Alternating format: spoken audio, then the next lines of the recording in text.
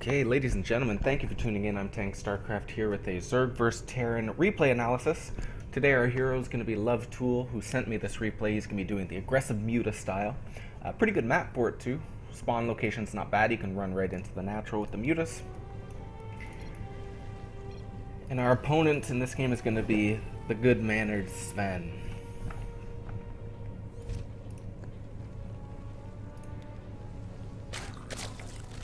It looks like we're going to see that 17 hatchery, as we should. Overlord unfortunately moving out to the wrong location, but that's no big deal. This one should get all the info we need.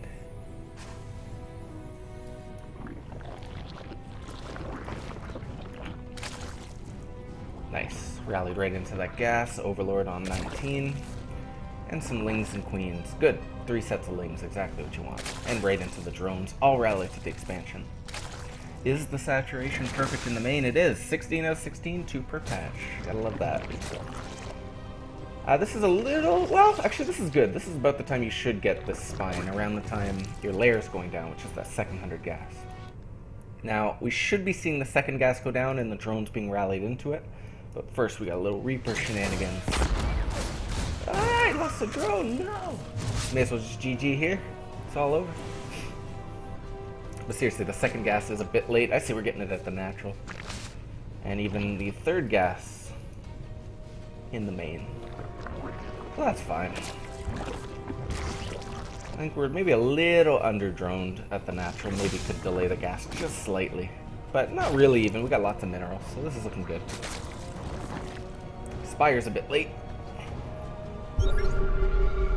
And yeah, should still be powering drones. Get a little supply block. Definitely want to get that Overlord up to 60 a little earlier. So yeah, my only criticism is that still by like 430, 440, we haven't reached the full 2 base saturation. And really, we haven't been pressured a whole ton.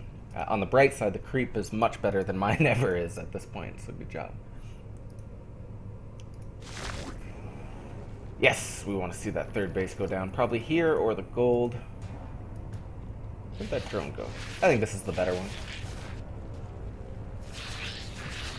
So what I like to do is actually oversaturate this natural up to about 18 or 20, so that later when I get the evos and the baneling nest, it doesn't cut into it.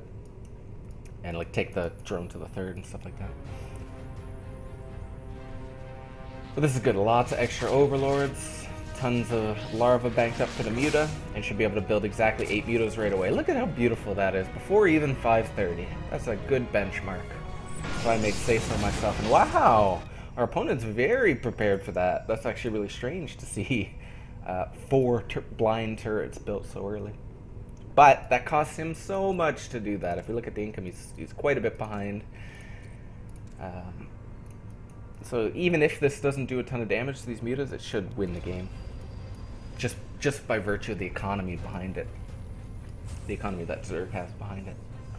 This is a beautiful scout. This is something I've been doing recently, which is sending that Overseer in with the lair tech and just getting an idea of where structures are placed, what structures are being built, and do they have turrets, like all kinds of questions being answered.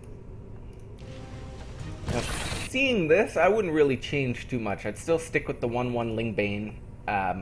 Seeing that he doesn't have a reactor on the starport, I probably wouldn't add too many corruptors, maybe just a few. But what I'm really interested to see is where these Mutas go. Because they are out and on the map and ready to do damage. I don't know about moving all the way to the right here. I think your lings could clean up the Xel'Naga towers. I guess he wants to go into the main. But if you're doing that, clean up the Xel'Nagas first. Just to make sure he's not sitting here with an SCV. Any advanced warning he gets will save him damage. And beautiful transitioning, the Evo chambers, the baneling nest, and should be droning it up the third base.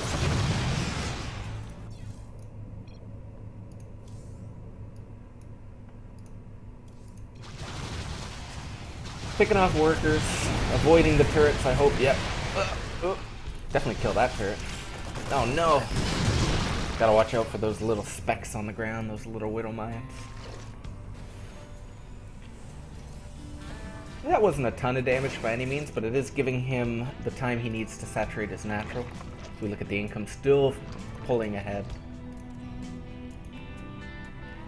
By 7 minutes, though, we should be saturating that base. Good upgrades. Got all the upgrades coming. I would say by now we should have 3 base saturation. So, oh, good timing on the macro hatch, though.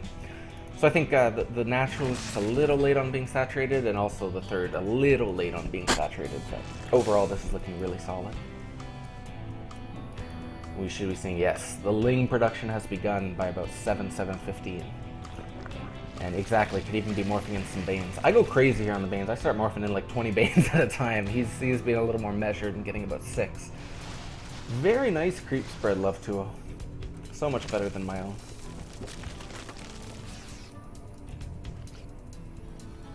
Could even be getting extra Overlords at this point, up to like 160 supply.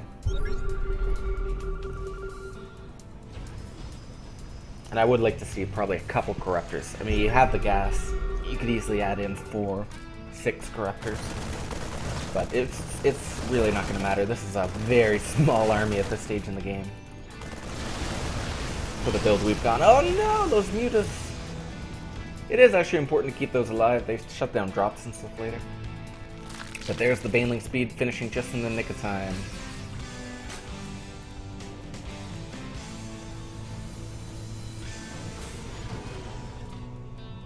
And I think we're just going to go for the big bust here. Now, this is actually kind of cool, looking at our friend's build. He's deciding that this is the time where he's going to transition. So he's going to do this big bust at about 8:30, which is a great timing with +1/+1 in speed. And behind it, he's going to take the additional gas, probably get the 2/2 soon, and even the Infestation Pit and Hive in 4th base. But will it even matter? I think not. I would have the Overlord speed by now, probably. Around the time you get your Baneling speed and stuff, I think you could probably add that. It helps. You don't have to, but it helps. Ah! If those mutas were all alive, I actually could have killed all those Liberators, but it does not matter. So congratulations, Love Tool, on a very successful run-through of the aggressive muta style. And for those who haven't tried it, highly recommend it. It's a lot of fun and transitions actually pretty well into the late game. So thanks for tuning in, guys. Have a great day. Go own some Terrans with some mutas and Banes. I'll see you next time.